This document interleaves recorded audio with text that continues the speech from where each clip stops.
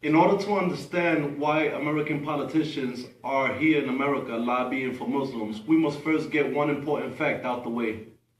Regardless of what the mainstream media may proclaim, it is a known fact that the United States government knows and acknowledges that there are Muslim refugees with terrorist ties here in the United States.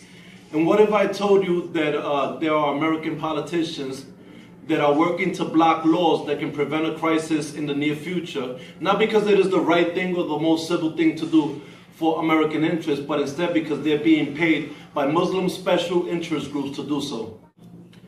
Today, within the U.S., there are approximately 9 states with more than 24 terrorist sleeper cells camps nationwide, or as they like to call themselves, military training camps that specialize in Islamic warfare.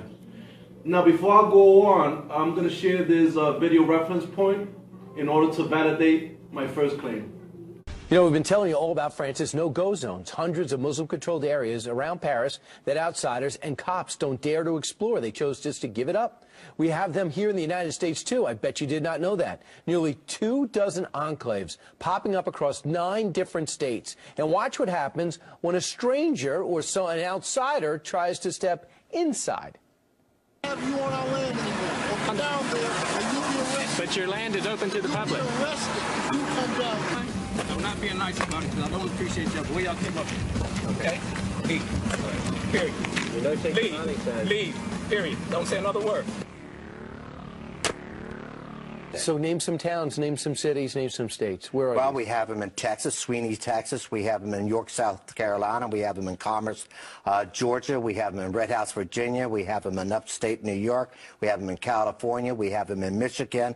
They're scattered all around the United States. So right now, when you call up an officer and say, hey, wait a second, you got an enclave here. This is Islamic extremists being trained on our ground. What is the law enforcement's reaction?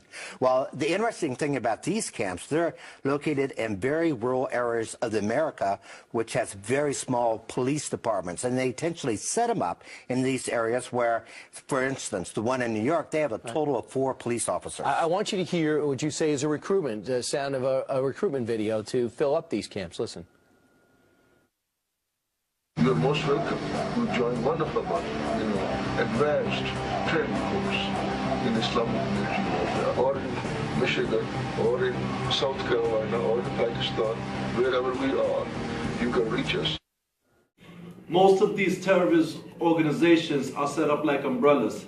The most strategically relevant group to their cause would have to be the Islamic Defense Org, known as CARE, Council on American Islamic Relations. And what CARE does is that it specializes in drafting civil rights propaganda speeches with the purpose of preventing city officials from probing into Muslim communities with known terrorist ties. Non-coincidentally, CARE is located in all 9 states where these military training camps are located and where they boisterously lead a fictitious civil rights fight against laws that prevent or restrict the practice of Sharia.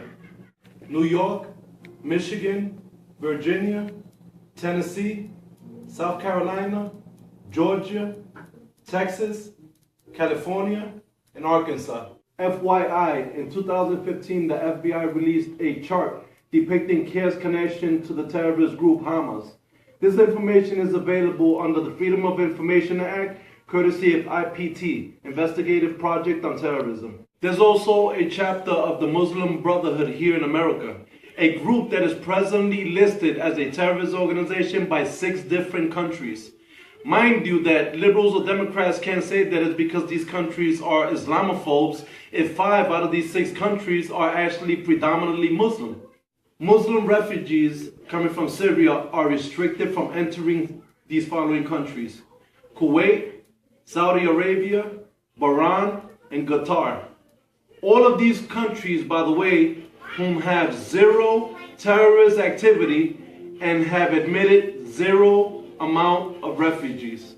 So the question remains, if their own Muslim brothers aren't taking them in, then what's all the fuss and protest about here in America? The answer is that they're protesting the president's legal right to restrict access into the United States from countries or groups that pose a threat to the U.S. national security. Now, you can find this law under the Immigration and Nationality Act 212F. Now let's take a look at some examples of presidents who made similar decisions or more extreme ones with zero protesters and zero outcries. Let's keep in mind that Donald Trump's decision is temporary until the refugees can be fully vetted and screened. In 2011, Obama restricted all refugees coming from Iraq from entering the U.S. because one terrorist had infiltrated the refugee program, and later on his fingerprint was traced back by the government to improvised explosions in Iraq. In 1987, President Ronald Reagan put a ban on all HIV-positive people entering into the United States. The liberals and Democrats, of course, claimed that it was due to homophobia and xenophobia, being that a high concentration of those infected were either homosexual or of African origin. On April 7, 1980, President Jimmy Carter placed a ban on Iranians after the U.S. Embassy was stormed and 52 Americans were held hostage for approximately 444 days. Now, the Democrats and liberals claimed that it was prejudice to target all Iranians rather than isolating the situation to the perpetrators. It was later discovered that the Iranian government had actually sponsored the attack. In 1950, Congress passed the Internal Terrorists Act, which banned those with communist connections outside of the U.S. from entering the U.S. and deported anybody that was found to have communist connections here in the U.S. back to their own country. On March 3rd, 1903, President William McKinley had gotten shot by a Polish anarchy, which later led to the Anarchist Exclusion Act, preventing anybody with anarchist ideologies or connections from entering the U.S. Let's not forget Franklin D. Roosevelt, who restricted or moderated the entry of Jews from Nazi Germany from coming into the U.S., even going as far as ordering that one of the planes be stopped and turned around and sent back to Europe with the belief that Nazi spies had infiltrated the refugee groups. Conclusively, the question should remain, then what is it that these people are protesting? Well, the answer is nothing. The people you see in the street are not authentic sympathizers, nor are they protesters. They're paid agitators employed by billionaire elite George Soros, who advocates for open border policy and hates Trump. This man invested millions of dollars in the Clinton campaign and lost approximately $1 billion in the stock market after predicting and paying think tank groups to propagate that the market would crash if Trump were ever to be elected as president. These protests in America have nothing, absolutely nothing to do with civil rights violations or what is and isn't good for the image of America, but instead is about sore losers not knowing how to lose and preferring to see chaos in America's streets and elections due to the fact that the globalist agenda will not be systematically dismantled by a president that has been chosen by the people of America rather than big banks and billionaire elites. Once again, my fellow patriots, thank you for viewing my video. Feel free to share, like, and comment. And if you have any suggestions for any future videos, feel free to hit my inbox.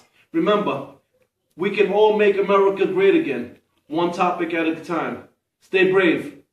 Now build a wall, build a wall, build a wall, 10 feet, 20 feet, 100 feet.